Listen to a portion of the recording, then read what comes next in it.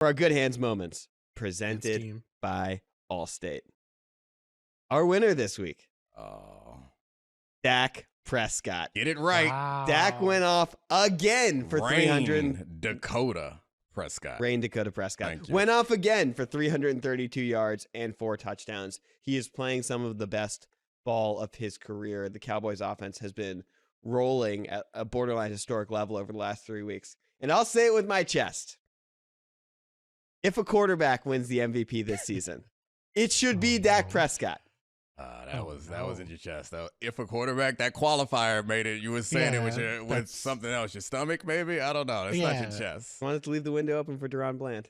Oh, yeah. You know what I like. You know what I like. Deron Bland broke the record in this game of pick sixes, or I guess it's just defensive touchdowns, right? Or is it all pick sixes? No, pick sixes. Oh, yeah, pick sixes. Somebody has more defensive touchdowns than 6 in a season? I think they had a combo, maybe.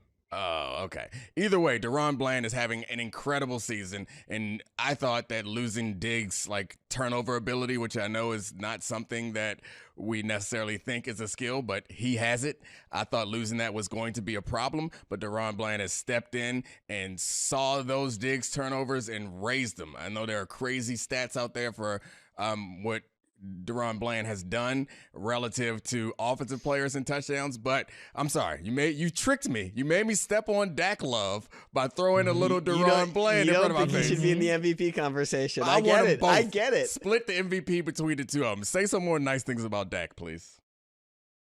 No, that's it. That's all I had to say about it, Bill. That was it.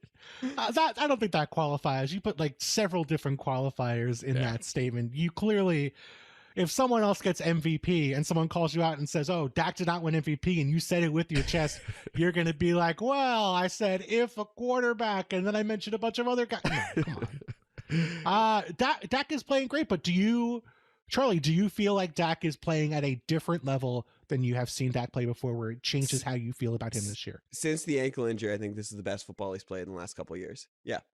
And I think he's extending plays better. The explosives are back in the way they hadn't been at the start of the season. And I think this is a really weird year for quarterback play because the Eagles offense hasn't been quite, even though it's been awesome, Jalen Hurts isn't putting up quite the dominant numbers he was last year. Patrick Mahomes is having, by his standards, a down statistical season. Mm-hmm. Josh Allen has turned the ball over too much. Joe Burrow is out for the season. And so it leaves the window open for someone in the Dak tier to win the MVP, and he is playing better football than any of the other quarterbacks. Managed to fit an insult in there. Yeah, in the tier, just the way you said tier, such a demeaning comment. I sort of wonder, do we owe Mike McCarthy an apology, given that I think all of us were slandering him for that's a bigger insult to Dak than anything I said. I honestly think that if we are going to apologize to Mike McCarthy, the apology has to be that we apologize that we thought that you were too stubborn to acknowledge that you were wrong with your first assessment. Because this is not the offense he promised. This is not it. Not at all. And maybe he was giving us a misdirection. He promised run game and short, safe passes. He promised us game manager. He promised us no more risky passes for Dak to turn the ball over, which we all thought was stupid because Dak doesn't have a turnover problem. He had one rough year of interceptions. And Mike McCarthy was like, "Hey, Kellen Moore, get out of here. I'm going to fix it." And then he did all the things that Kellen Moore did, which is hand the ball to Dak and say, "Get busy." I think we should really be thanking Tony Pollard for this because he turned into 2022 Ezekiel Elliott and he said, "This will not happen. Dak, you're going to be able to drive the ball down the field."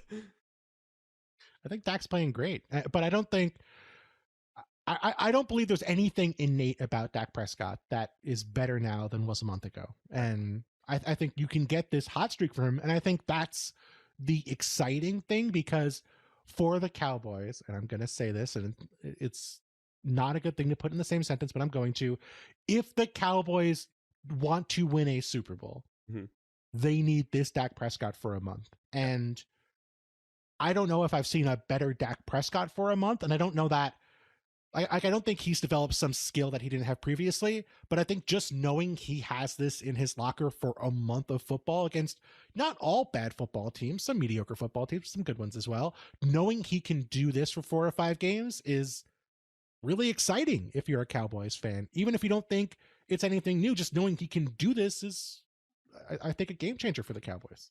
I think you're right. But Dak and the Cowboys are in the worst position that any quarterback or team can be in, is nothing matters until January and February for them. Like the way that we talk about them, the way that they're going to be perceived, the way that they're going to be remembered, none of it. I mean, I guess the one thing that Dak could do is win an MVP. If he won an MVP, I think that changes Definitely the way that people talk. He could be Matt Ryan and think about. Yeah, you're right. So yeah, the MVP alone wouldn't even do it.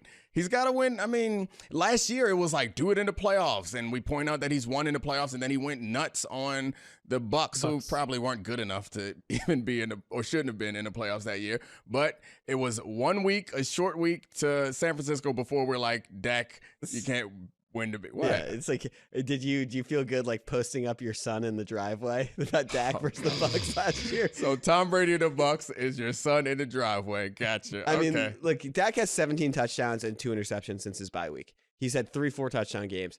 Like, the question is interesting the way you frame it, Bill. Has something materially changed with Dak Prescott? And the answer to that is probably no. But that doesn't necessarily mean he's not playing better than he ever has. No, of course not. And that's what I think is interesting about him, because I do think he's playing at a level as high as any quarterback in the NFL, which I would not have said about Dak previously.